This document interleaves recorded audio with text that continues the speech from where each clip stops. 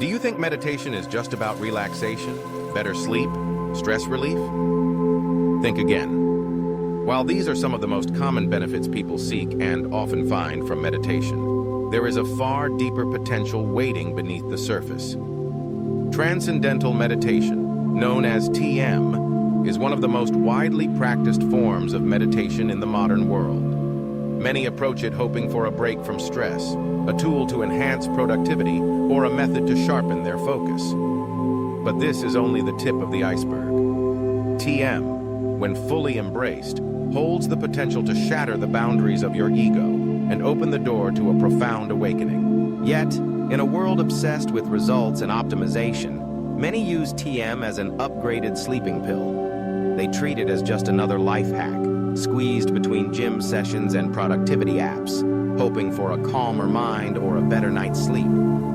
There's nothing wrong with wanting these benefits.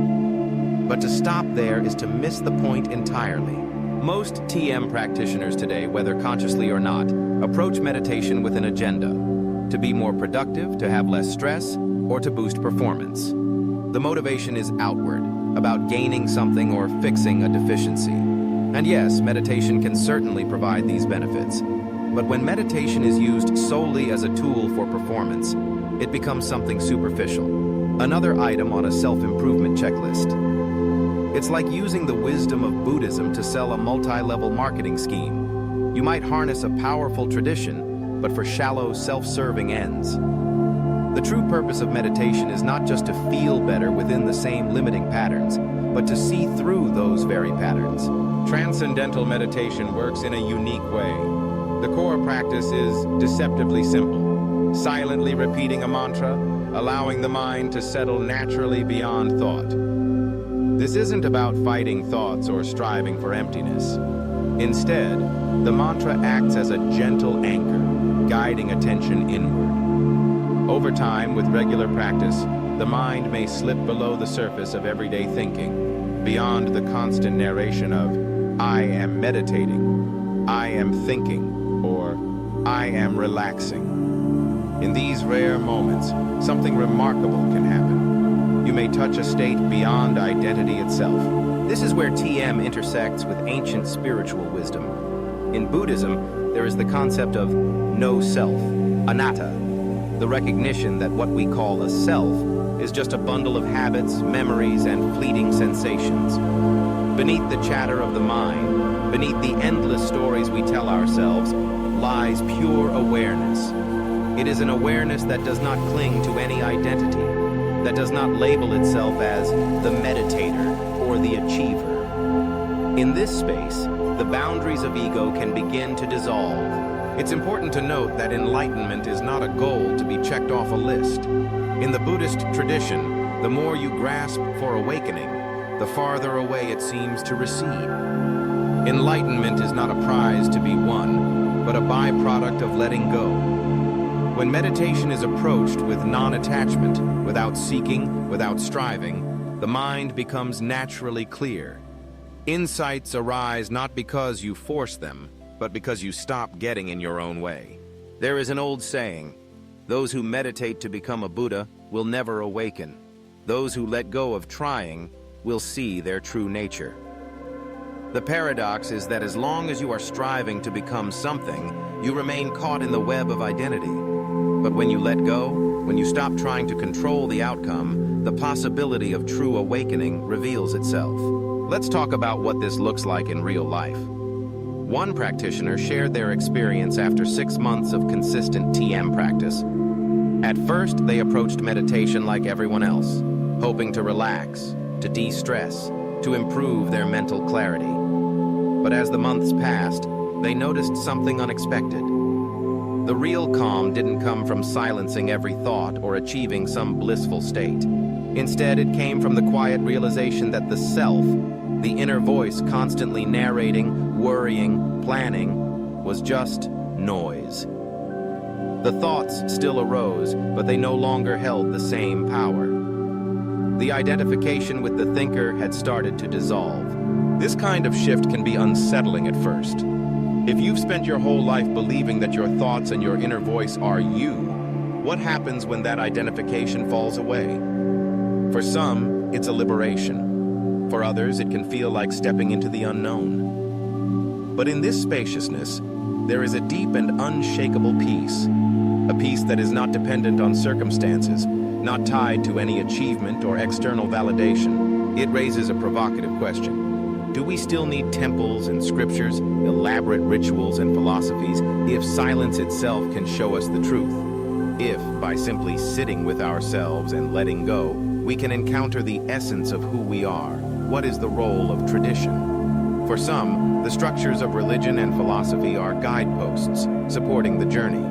For others, they are obstacles, distractions from the direct experience of awareness. But the possibility remains. In the heart of stillness, the deepest truths may reveal themselves.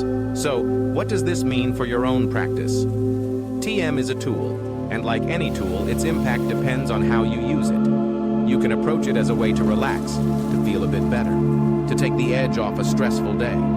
There's nothing wrong with that. But you can also approach it as a doorway to awakening, a way to discover what lies beyond the endless striving and self-improvement. Ask yourself, are you meditating to control your mind, to become a better version of yourself, to chase after some idea of perfection? Or are you willing to let go of the one who is trying to control, to see what emerges when you stop grasping and simply rest in awareness? The difference is subtle, but profound. When you sit in meditation, thoughts will come and go. Sensations will arise. Emotions will visit. The mind may wander, and that's okay. The key is not to fight these experiences, nor to chase after some ideal state. Instead, allow everything to be as it is. Notice the urge to control, to judge, to improve. Gently release it. Return to the simplicity of the mantra or to the natural rhythm of your breath, and let the practice unfold. Over time, you may notice that the boundaries of self become more porous. The stories you tell yourself lose their grip. The insistence on being someone, achieving something, starts to soften. In this openness, a new kind of freedom emerges.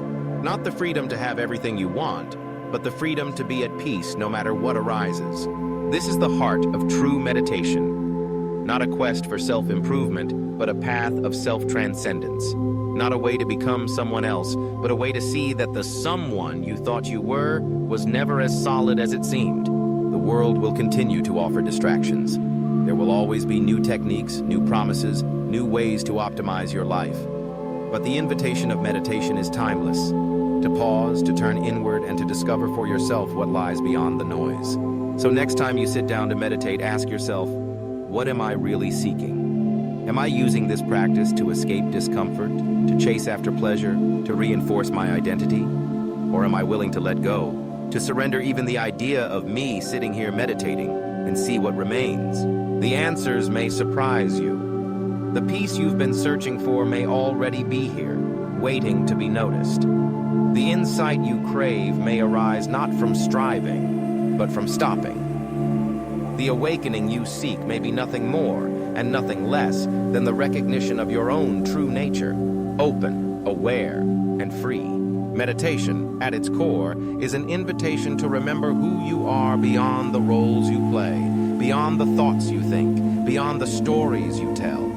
It is a journey not to somewhere new, but back to yourself. And in that return, you may discover that the self you thought you were was never anything other than a fleeting illusion. So as you move forward with your practice, remember, TM is not just a tool for relaxation.